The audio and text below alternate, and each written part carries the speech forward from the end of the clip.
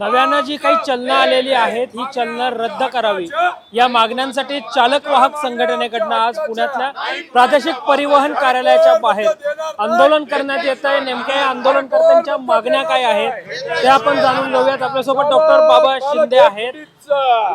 बाबा, काय सांगाल, काय मागण्या आहेत ज्यासाठी आज आपण प्रादेशिक परिवहन कार्यालयाच्या बाहेर आंदोलन करतोय आणि 5 मार्चला सुद्धा आपण मोठ्या आंदोलनाची हाक दिलेली?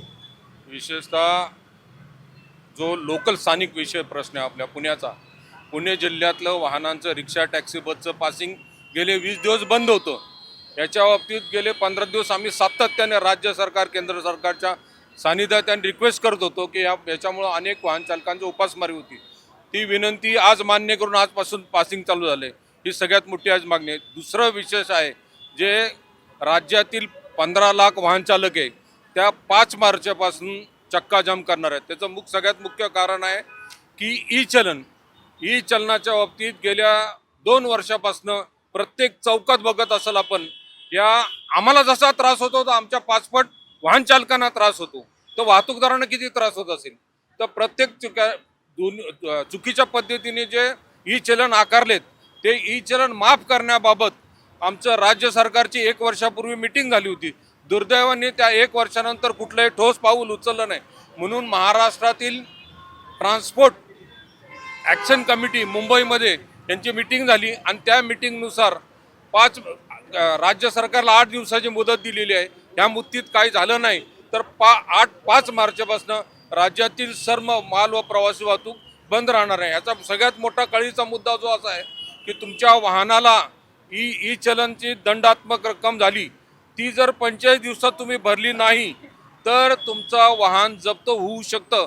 हा नवीन नियम आहे, हे राज्यातल्या सर्व वाहन चालकांना माहीत नाही, ते माहिती व्हावं त्या दृष्टिकोनातून आज आम्ही आंदोलन करतोय।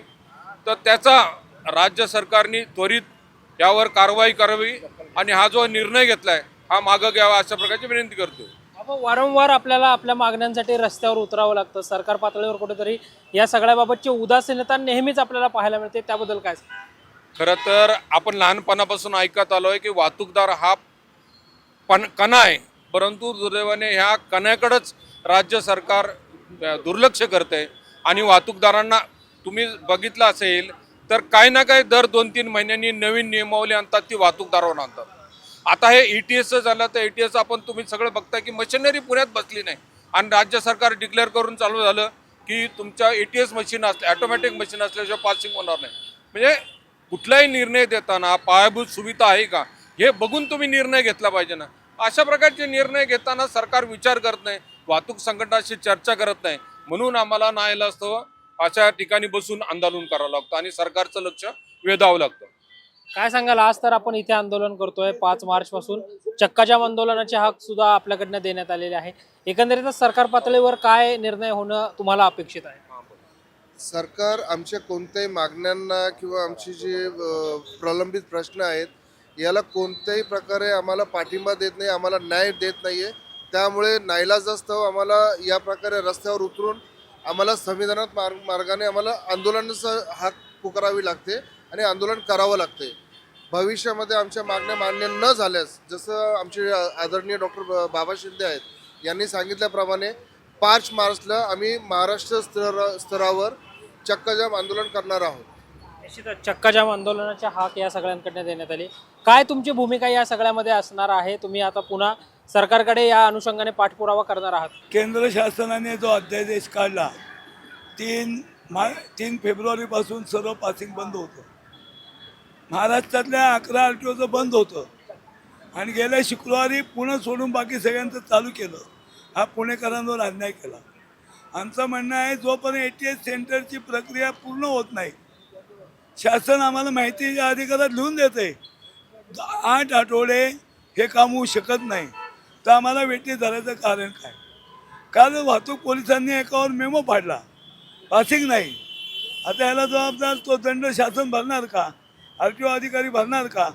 परिवहन आयुक्तांनी रिटायर्ड होताना कुठल्याही परिवहन खात्याच्या मागण्यांकडे लक्ष न देता निवृत्त होऊन दुसऱ्या ठिकाणी बदली झाली, तर त्याचा आम्ही निषेध करू। आज आम्हाला हे आंदोलन करायची गरज नव्हती, परंतु गेले 8 दिवस झाले पूर्ण महाराष्ट्रामध्ये पासिंग बंद आहे आणि जे वाहनं रस्त्यावर वाहतात तर त्याचा जर कुठं अपघात झाला किंवा कुठं घातपात झाला तर पासिंग जर गाडी फिटनेस नसेल तर त्याला इन्शुरन्स क्लेम होत नाही आणि ज्या वाहनामध्ये जे पॅसेंजर असतील किंवा कुठल्याही व्यक्ती असेल जर दगावले असेल किंवा काय असेल तर त्यांना त्याचा मोबदला मिळत नाही. आणि जर असं असेल म्हणजे आम्ही जर सर्व वाहनं आमची संपूर्ण क्लिअर असेल आणि तुम्ही हा जर जास्त काट्या आम्हाला लावत असताल तर आम्ही त्या मान्य करणार नाही.